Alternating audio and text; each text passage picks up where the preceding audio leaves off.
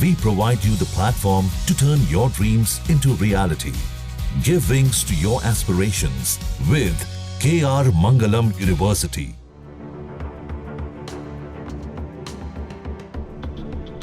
...2019 में कहर बनकर टूटने वाला कोरोना 2025 में एक बार फिर से वापस आ चुका है।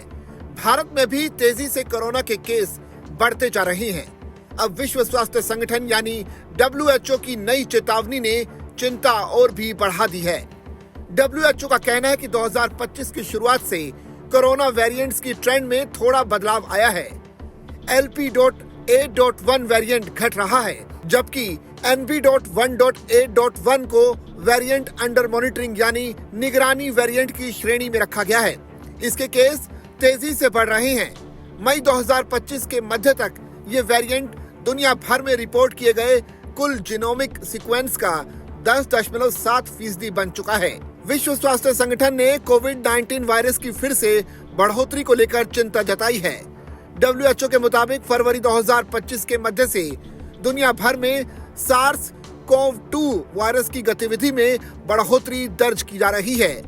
WHO के आंकड़ों के मुताबिक कोविड टेस्ट में पॉजिटिविटी रेट 11% तक पहुंच गई है, जो जुलाई 2024 के बाद सबसे ज्यादा है।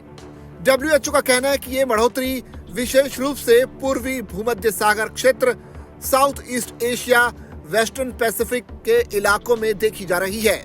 विश्व स्वास्थ्य संगठन का कहना है कि 2025 की शुरुआत से कोरोना वेरिएंट्स के ट्रेंड में थोड़ा बदलाव आया है।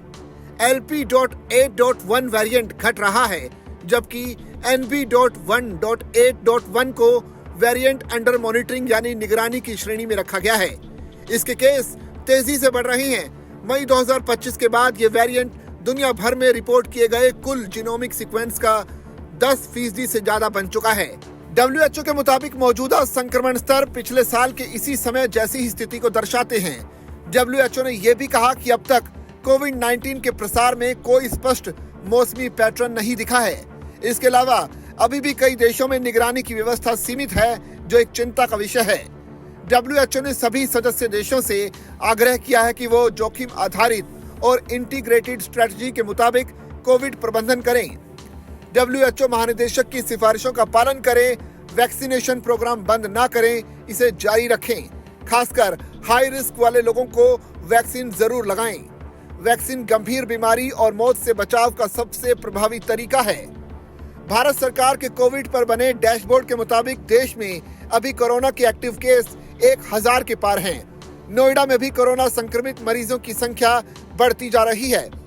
स्वास्थ्य विभाग के मुताबिक मौजूदा समय में नोएडा में कोरोना के 19 एक्टिव केस हैं, जिसमें 11 महिलाएं और 8 पुरुष शामिल हैं। जिला स्वास्थ्य विभाग सभी मरीजों की कॉन्टैक्ट ट्रेसिंग और ट्रैवल हिस्ट्री खंगालने में जुटा हुआ है। हालांकि सभी मरीजों में माइल्ड लक्षण ही देखने को मिले हैं और अभी तक जिले में कोई गंभीर केस सामने नहीं आया है। दिल्ली एम्स के पूर्व डायरेक्टर रणदीप गुलेरिया ने कोरोना को लेकर कहा कि कोरोना वायरस का नया वेरिएंट JN.1 आया है। ये वेरिएंट अगस्त 2023 में रिपोर्ट किया गया था, लेकिन ये अब सारी दुनिया में सबसे ज्यादा है। उन्होंने बताया कि इस वेरिएंट में कुछ म्यूटेशन है, जिस वजह से ये ज्यादा इन्फेक्शन करता है। इसमें जुकाम, नजला, बुखार, खांसी और खराश होती है। जिन लोगों को हार्ट की समस्या है, डायबिटीज है या ऐसी दवाइयों पर हैं जिससे इम्यूनिटी कम हो जाती है, उनको ज्यादा सावधानी बरतने की जरूरत है।